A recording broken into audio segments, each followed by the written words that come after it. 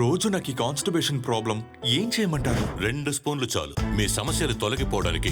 Lion date syrup. Lion date syrup ప్రతిరోజు 2 స్పూన్లు. దేశవ్యాప్తంగా అన్ని రాష్ట్రాల అసెంబ్లీ ఎన్నికలతో పాటు సార్వత్రిక ఎన్నికలు ఒకేసారి నిర్వహించాలని, అందుకోసం ఒకే దేశం ఒకే ఎన్నిక తీసుకురావాలని బీజేపీ తీవ్రంగా ప్రయత్నిస్తోంది.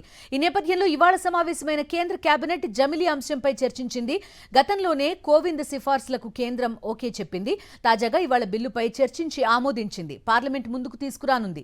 పార్లమెంట్లో ప్రవేశపెట్టిన తర్వాత జేపీసీ పరిశీలనకు వెళ్లనుంది. One nation one election bill. కేంద్ర న్యాయశాఖ ముసాయిదా బిల్లును రూపొందించింది. దీంతో one nation one election bill కేంద్ర కేబినెట్ ముందుకొచ్చింది. సంబంధిత ముసాయిదా బిల్లుకు కేంద్ర కేబినెట్ ఆమోదం తెలపడంతో పార్లమెంట్ ముందుకు రానుంది. ప్రస్తుత లోక్సభ గడువు 2029 వరకు ఉంది. అయితే రాబోయే సాధారణ ఎన్నికలు జమిలిగానే జరపాలని ఎన్డీఏ తీవ్రంగా ప్రయత్నిస్తోంది. అందుకోసం ప్రధాని మోదీ వ్యూహాత్మకంగా అడుగులు వేస్తున్నారు. జమిలీ ఎన్నికల కోసం మాజీ రాష్ట్రపతి రామ్నాథ్ కోవింద్ ఆధ్వర్యంలో కేంద్రం గతంలో ఒక కమిటీని నియమించింది. ఈ కమిటీ కొన్ని నెలల పాటు చర్చలు, సూచనలు, సలహాలు తీసుకుని ఒక నివేదికను కేంద్ర ప్రభుత్వానికి సమర్పించింది. ఈ నివేదికకు గతంలోనే కేంద్ర కేబినెట్ ఆమోదముద్ర వేసింది. కోవింద్ నివేదిక ఆధారంగా దీనికి సంబంధించిన ముసాయిదా బిల్లును కేంద్ర న్యాయశాఖ రూపొందించింది. ఈ బిల్లుపై చర్చించి ఆమోదం తెలిపింది కేంద్ర కేబినెట్.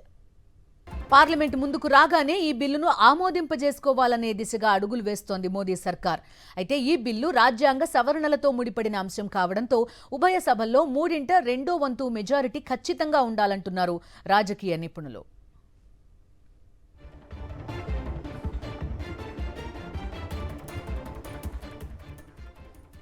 సో ప్రస్తుతం పార్లమెంట్ ముందుకు రాబోతోంది one nation one election bill. పూర్తి డీటెయిల్స్ మా కరెస్పాండెంట్ వెంకటేష్ ఢిల్లీ నుంచి లైవ్ లో రిపోర్ట్ చేస్తారు.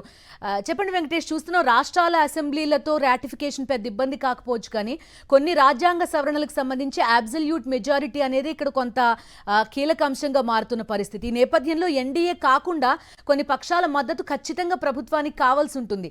దీనికోసం ఏం చేయబోతోంది ఎన్డీఏ? జమిలీ ఎన్నికలకు కేంద్ర కేబినెట్ ఈరోజు ఆమోదం తెలిపింది. ఈ మేరకు తయారైనటువంటి బిల్లును పార్లమెంట్లో ప్రవేశపెట్టబోతున్నారు. సో పార్లమెంట్లో ప్రవేశపెట్టేందుకు కేబినెట్ ఆమోదం తెలిపింది. సో ఈ పార్లమెంట్ సమావేశాల్లోనే పార్లమెంటు ముందుకు తీసుకొస్తారు. అయితే ఈ బిల్లుకు సంబంధించి మెజారిటీ రాజకీయ పక్షాల మధ్య భిన్నాభిప్రాయాలు ఉన్నాయి. కాంగ్రెస్ పార్టీ దీన్ని పూర్తిగా వ్యతిరేకిస్తుంది. సో ఈ నేపథ్యంలో ఇమ్మీడియట్గా ఇది పార్లమెంట్ ఆమోదం పొందడం కష్టమే. సో ఆ నేపథ్యంలో ఈ మొత్తం బిల్లును పరిశీలించేందుకు అధ్యయనం కోసం జేపీసీకి పంపేటువంటి అవకాశం ఉంది. సో జాయింట్ పార్లమెంటరీ కమిటీలో అన్ని రాజకీయ పార్టీలకు సంబంధించినటువంటి ఎంపీలు ఉంటారు. సో వారందరూ దీనిపైన అధ్యయనం చేస్తారు. వారితో పాటు స్టేక్ హోల్డర్స్, ఈ అంశాలతో ఈ ప్రక్రియతో ముడిపడి ఉన్న వారందరితో కూడా ఖచ్చితంగా ఈ జేపీసీ కన్సల్టేషన్స్ చేస్తుంది. సో ఈ కన్సల్టేషన్స్ అన్ని పూర్తవడానికి కొంత సమయం పడుతుంది. ఈలోగా ఎవరైతే వ్యతిరేకిస్తున్నటువంటి రాజకీయ పార్టీలు ప్రధానంగా ఇండియా బ్లాక్లో ఉన్నటువంటి పార్టీలు దీన్ని వ్యతిరేకిస్తున్నాయి. సో వీరందరిని ఒప్పించి ఏకాభిప్రాయం సాధించడం చాలా కష్టంగా కనబడుతుంది. ఈ నేపథ్యంలో వీరందరి సలహాలు, సంప్రదింపులు తీసుకొని కేంద్ర ప్రభుత్వం ముందుకు వెళ్ళాలనుకుంటుంది.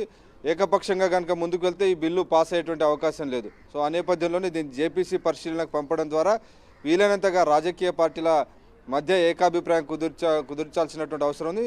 దాదాపు ఇప్పుడున్నటువంటి సభలో 67% మంది దీనికి మద్దతు ఇస్తే తప్ప బిల్లు పాస్ అయ్యేటువంటి అవకాశం లేదు. ఇది సింపుల్ మెజారిటీతో పాస్ అయ్యేటువంటి బిల్లు కాదు. ఖచ్చితంగా 2/3 మెజారిటీ అవసరం. రాజ్యాంగంలో ఉన్నటువంటి 5 ఆర్టికల్స్ను సవరించాల్సి ఉంటుంది.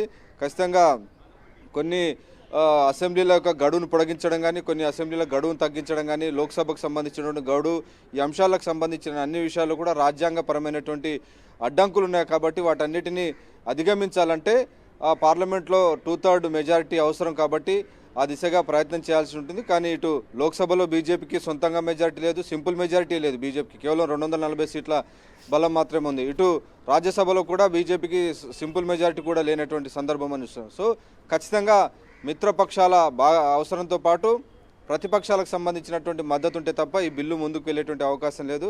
నిజానికి ఈ బిల్లుకు సంబంధించిన అంశాలు కనుక మనం చూస్తే రాష్ట్రపతిగా పనిచేసిన రామ్నాథ్ కోవింద్ ఇచ్చినటువంటి ఈ మొత్తం నివేదిక ఆధారంగానే ఈ బిల్లు తయారైంది. సో 2 అంచెల్లో ఈ జమిలీ ఎన్నికల ప్రక్రియను పూర్తి చేసే విధంగా ఆయన రికమెండేషన్ చేశారు. మొదటి అంచెలో లోక్సభ అలాగే అసెంబ్లీ ఈ రెండుటిని ఒకేసారి నిర్వహిస్తారు. ఆ తర్వాత 100 రోజులకు మున్సిపల్ ఎన్నికలు, స్థానిక సంస్థలు, పంచాయతీలు కానీ మున్సిపాలిటీ ఎన్నికలు నిర్వహిస్తారు.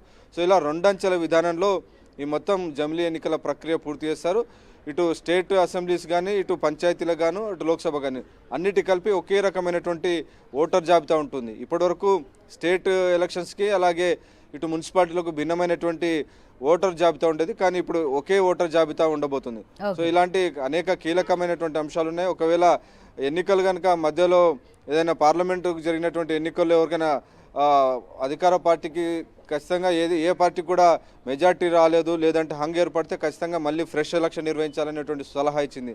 అలాగే త్వరగా కూలిపోతే రిమైనింగ్ టర్మ్కు మాత్రమే ఆ లోక్సభకు సంబంధించినటువంటి ఎన్నికల కాలం ఉంటుంది, ఆ పదవి కాలం ఉంటుంది. సో ఇలా అనేక సూచనలు చేసింది. సో వీటన్నిటితో కలిపినటువంటి బిల్లు ముందుకు వచ్చింది. సో ఈ బిల్లు పార్లమెంటు ముందుకు వెళ్తుంది.